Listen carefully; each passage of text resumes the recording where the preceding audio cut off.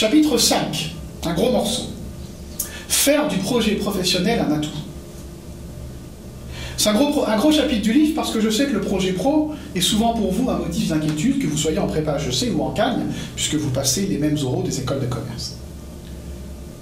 Je vais me permettre de caricaturer, mais avouons-le. Vous n'êtes pas entré en prépa en raison d'un projet professionnel précis. C'est quand même très rare. Allez, je suppose que vous étiez bon ou un très bon élève en terminale, parfois sans beaucoup d'efforts, c'est le cas souvent chez les garçons. Vous étiez bon en maths et en langue. Vous aimez bien l'histoire géo, ou l'éco aussi, si vous étiez en ES, et vous n'avez rien contre la philo. En revanche, la physique, c'est pas votre truc. En conséquence, médecine, maths sup, c'était pas votre envie. Quant à entrer en phase, vous n'étiez pas très chaud, et vos parents non plus. Résultat, je caricature à peine, je crois pas me tromper, voilà pourquoi vous vous retrouvez en prépa HEC, dont effectivement vous appréciez la variété des enseignements. Mais vous l'avez compris, cette motivation est un peu insuffisante après 2 ans de prépa, ou après 3 ans. Vous ne pouvez pas dire, bah oui, je me présente devant vous, devant le jury de telle école, parce que, en gros, j'étais un bon élève en terminale, blablabla, blablabla. Vous devez expliquer pourquoi vous êtes là, et une des raisons, c'est le projet professionnel. Rassurez-vous. Rassurez-vous, je le montre dans le livre, je raconte les débats au sein des écoles. Les écoles ne sont pas dues. Elles savent très bien que vous n'avez pas toujours un projet professionnel.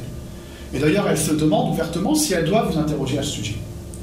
Il faut savoir que les membres du jury, qui sont souverains, qui posent les questions qu'ils veulent, dans le respect évidemment du règlement du concours et de votre vie privée, dans votre respect personnel, c'est une évidence. Les jurys sont souverains et souvent les membres du jury un petit peu âgés, ce qui commence à être mon cas, je le regrette, ont un peu tendance à poser la question du projet professionnel. Donc il faut la préparer. Ce qu'il faut préparer, c'est au moins ce que j'appelle un intérêt professionnel.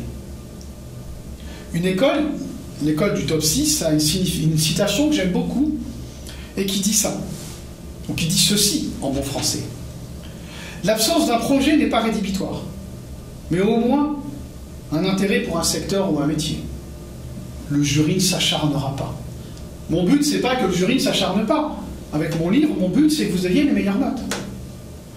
Un intérêt. Si vous n'avez pas d'idée d'intérêt pour un secteur, pour un métier, pour une personnalité, pour une entreprise, je vous donne des pistes pour vous développer un intérêt sincère. Et je considère, avec toute mon expérience, que une fois qu'un intérêt s'est déclaré et qu'il est sincère, la partie est quasiment gagnée.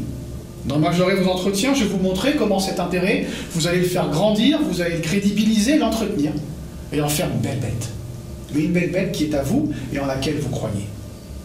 Je consacre une 30aine de pages au projet professionnel, je ne peux pas le résumer en une vidéo, mais je vous garantis que si vous suivez mes conseils, comme le titre du chapitre le dit, votre projet professionnel deviendra un atout.